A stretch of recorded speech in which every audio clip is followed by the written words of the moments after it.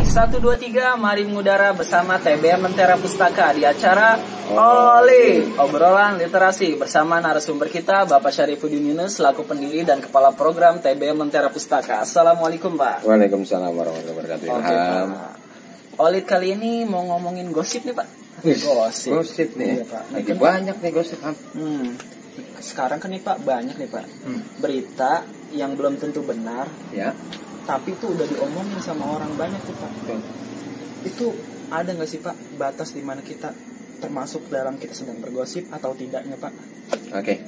Saya pertama untuk pembelajaran literasi bagi siapapun yang gemar bergosip, tolong hati-hati. Itu satu. Yang kedua, kalau pertanyaannya adalah bagaimana kita batasan dalam bergosip, ya. Pertama sekali orientasi yang harus dipegang itu dua. Satu, terbukti secara fakta. Fakta itu pun nggak bisa 30%. Harus di atas 50%. Itu ketika fakta membuktikan di atas 50%, kita layak untuk bergosip. Kalau tidak, nggak ada, itu omong kosong. Oke. Yang kedua, fakta itu juga harus dibuktikan dengan data. Ya kan?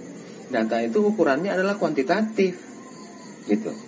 Ilham datang ke TBM setiap hari Minggu. Begitu dia rutin, berarti itu ada fakta. Nah, mulai digosip, Ilham tuh ngapain sih ke TBM? Nah, karena didukung faktanya kejadian hari Minggu, ditambahin ada data.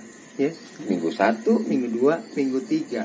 Jadi, batasan orang bergosip itu harus punya kekuatan basis biar bagaimanapun fakta dan data. Kalau tidak ada itu, gosip is about omong kosong, alias nanti memunculkan jadi fitnah, jadi hoax, jadi berita yang tidak benar.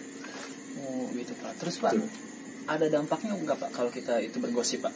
Sangat berdampak.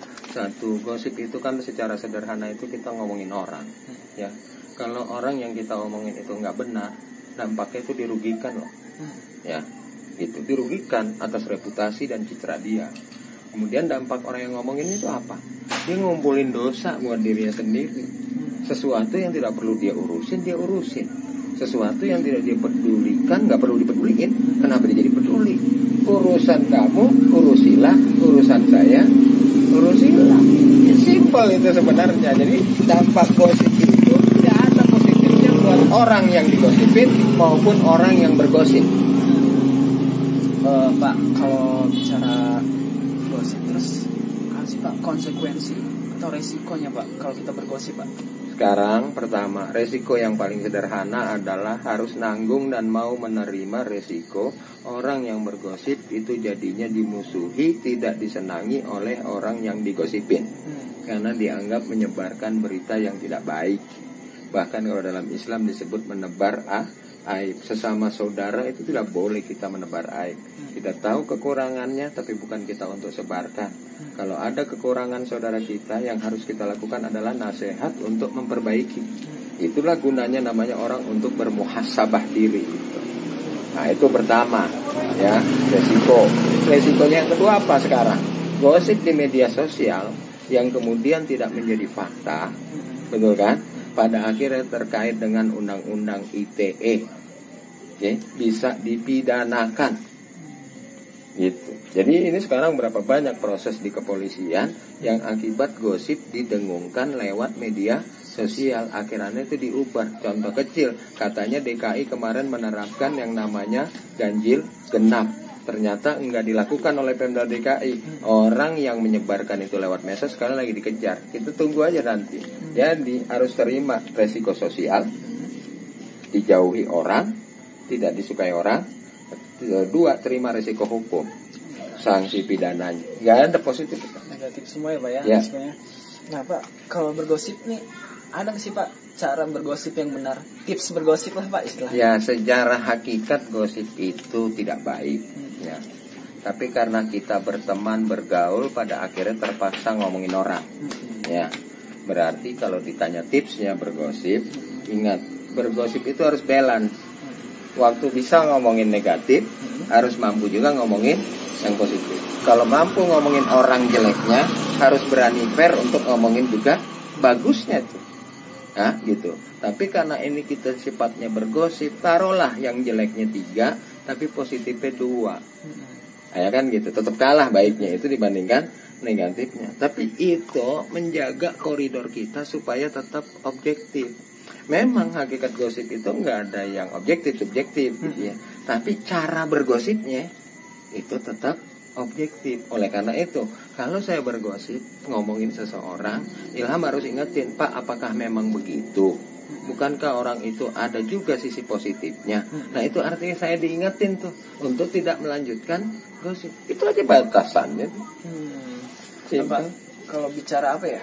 Manfaatnya tuh Pak, gosip tuh ada manfaatnya nggak sih Pak? Ya, dari berbagai perspektif semua yang dibangun dari gosip, kalau tatanan peradaban masyarakat akhirnya jadi rusak.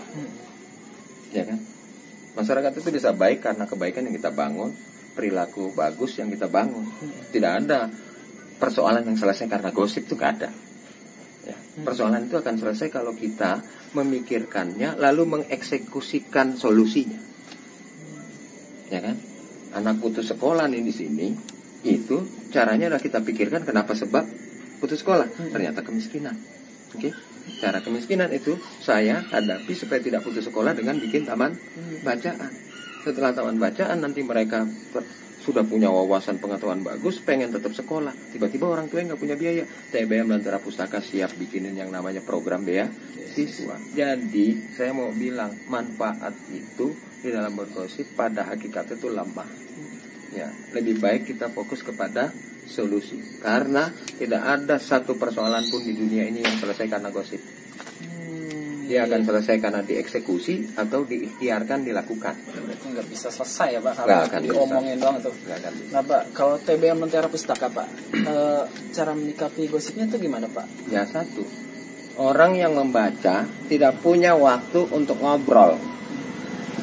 Artinya dia lebih banyak menyerap buku bacaan daripada menggunakan mulut untuk ngomongin orang. Jadi caranya TBM Lentera Pustaka adalah membangun tradisi baca. Itu artinya mengurangi kebiasaan ngomong. Jadi baca lebih banyak dari ngomong. Itu orang berarti sudah pasti gosipnya sedikit, bacanya banyak. Nah, itulah yang dilakukan oleh TBM Lentera Pustaka untuk membangun namanya budaya literasi. Masyarakat yang sadar terhadap tradisi baca, lalu mau mengurangi yang namanya ngobrol, perbuatan sia-sia yang tidak ada gunanya sama sekali. Oke, luar biasa sekali Pak. Cukup sekian oleh kali ini tentang gosip. Ya, assalamualaikum warahmatullahi wabarakatuh. Salam literasi. Salam literasi. Baca bukan main.